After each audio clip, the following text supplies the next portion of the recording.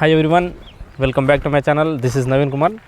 Just ఒక 5 minutes మీరు ఓపిక చేసుకొని ఈ వీడియో చూడండి. ముఖ్యంగా బాయ్స్ ఎవరైతే ఈ బెట్టింగ్స్ ఆడుతుంటారో అలాంటి వాళ్ళ కోసమే నేనైతే ఈ వీడియో చేస్తున్నాను. ఎందుకంటే నేను కూడా ఈ బెట్టింగ్స్ వల్ల కొంచెం ప్రభావితమైన వాడినే. సో నేను చెప్పేది ఏంటంటే, ఫస్ట్ మనం ఈ వీడియోలో ఏం చెప్పబోతున్నామంటే, మనలో బెట్టింగ్ అనేది ఎలా స్టార్ట్ చేస్తాం. మనలో చాలామంది ఆ బెట్టింగ్ ఆడడం వల్ల మనకు వచ్చే నష్టాలు ఏంటి, సో మనం ఎవరైనా బెట్టింగ్కి ఎక్కువ అడిక్ట్ అయితే దాని నుంచి ఎలా తప్పుకోవాలనే విషయాలు అయితే నేను ఈ వీడియోలో చెప్తాను. జాగ్రత్తగా ఈ వీడియో అయితే లాస్ట్ వరకు చూడండి. వీడియో కనుక మీకు నచ్చినట్లయితే లైక్ చేసి మన ఛానల్ని సబ్స్క్రైబ్ చేసుకోండి. ఫస్ట్ థింగ్, మనం బెట్టింగ్ ఎలా స్టార్ట్ చేస్తాం.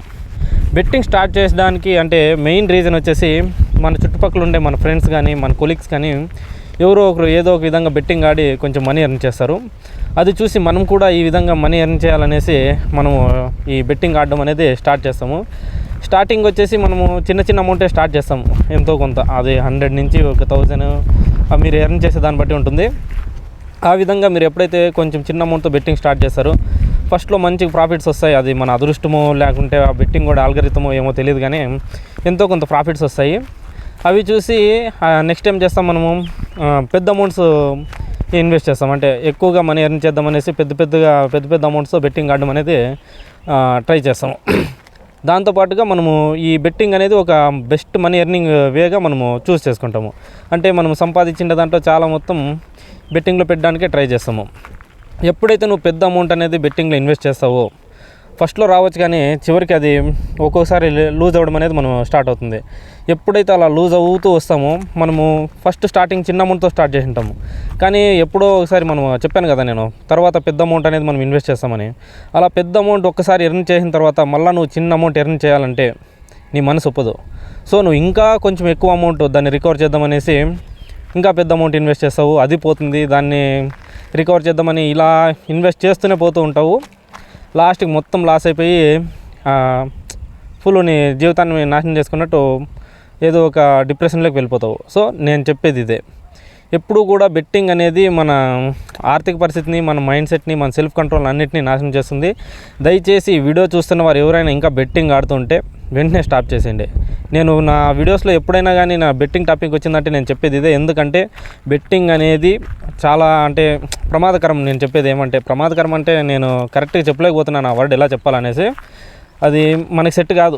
అనవసరంగా ఊరికే మనము మనీ అనేది పోగొట్టుకోవాల్సి వస్తుంది. ఎందుకంటే మనము ఎంతో కొంత సంపాదిస్తుంటాము, దాంట్లో మనం సగానికి సగము ఈ బెట్టింగ్స్లో పెట్టేస్తే ఇంకా మన ఫ్యామిలీని ఏం చూసుకుంటాము, మన పర్సనల్ లైఫ్ని ఏం చూసుకుంటాము. ఒకసారి ఆలోచించండి, ఇదే నేను చెప్పేది. తర్వాత ఇక ఈ బెట్టింగ్ అనేది మనం అడిక్ట్ అయింటాం కదా, దాని నుంచి మనం ఎలా మానుకోవాలి. బెట్టింగ్ అనేది మనం మానుకోవాలంటే ఒకటే మార్గం ఉంది. అది ఏంటంటే, ఫస్ట్ ఆఫ్ ఆల్ మన దగ్గర మనీ ఉండకుండా చూసుకోవాలి. అది మీ పేరెంట్స్కి ఇస్తారో, లేదంటే మీకు ఒకవేళ మ్యారేజ్ అంటే మీ వైఫ్కో, లేదంటే మీరు ఎవరైతే మీకు నమ్మకంగా ఉంటారో అలాంటి వారికి మీరు మీ అమౌంట్ ఇచ్చేయండి. మీ దగ్గర ఈవెన్ 100 రూపీస్ ఉన్నా అది కూడా మీరు బెట్టింగ్ ఆడాలనే థాట్స్ వస్తుంది ఒకసారి మీరు బెట్టింగ్ స్టార్ట్ చేశారంటే. సో నేను చెప్పేది ఇదే, బెట్టింగ్ అనేది ఒకసారి అడిక్ట్ అయ్యామంటే మనకి పదే ఆడాలనిపిస్తుంది, మనీ ఎర్న్ చేయాలనిపిస్తుంది. అది any type betting, online games కావచ్చు, క్రికెట్ బెట్టింగ్ కావచ్చు, ఇంకోటి కావచ్చు, ఏదైనా సరే. సో నేను చెప్పేది ఇదే, మీరు బెట్టింగ్ అవాయిడ్ చేసుకోవాలంటే మీ దగ్గర మాత్రం మనీ ఉంచుకోకండి. ఒకసారి ఆలోచించండి, మీరు ఎంతో కష్టపడి సంపాదించిన డబ్బుని జస్ట్ ఒక 1 minute-లోనో, లేదంటే ఒక్కోసారి ఆ ఫ్లైట్ గేమ్ ఇలాంటి ఉంటాయి, జస్ట్ 1 second ఫ్లైట్ ఎగిరిందంటే మనకి కింద నుంచి పైన వరకు ఎగురుతుంది. అది ఆలోచించండి. మనం ఎంతో కష్టపడి సంపాదించే డబ్బుని ఒక సెకండ్కో, ఒక నిమిషానికో మనము ఎవరి చేతుల్లోనో పెట్టాల్సి వస్తుంది. మనం ఒక 500 సంపాదించాలంటే దాదాపుగా 1 day అంతా కష్టపడాలి. అలాంటి డబ్బుని మనము ఒక నిమిషానికో, ఒక సెకండ్కో ఎవరికో మనం కట్టేస్తాము. ఇంకోసారి జాగ్రత్తగా ఆలోచించండి. ఎందుకంటే మనకి ఫ్యామిలీస్ అనేది చాలా ఇంపార్టెంటు, మన పర్సనల్ లైఫ్ అనేది చాలా ఇంపార్టెంటు. మీరు డబ్బు ఇన్వెస్ట్ చేయాలనుకుంటే ఏవైనా కొంచెము అంటే మ్యూచువల్ ఫండ్స్ ఇలాంటి ఉంటాయి కదా, వాటి గురించి కొంచెం నాలెడ్జ్ పెంచుకొని అలాంటి వాటిలో ఇన్వెస్ట్ చేయడానికి ట్రై చేయండి.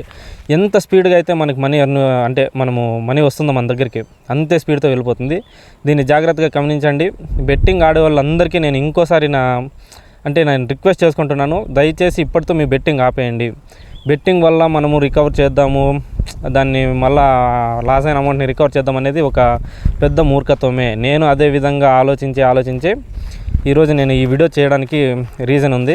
సో ఈ వీడియో అయితే మీ అందరికీ నచ్చిందని అనుకుంటున్నాను. వీడియో కనుక మీకు నచ్చినట్లయితే లైక్ చేయండి, మన ఛానల్ను సబ్స్క్రైబ్ చేసుకోండి. దయచేసి బెట్టింగ్ ఆఫ్ చేయండి. Thanks for watching.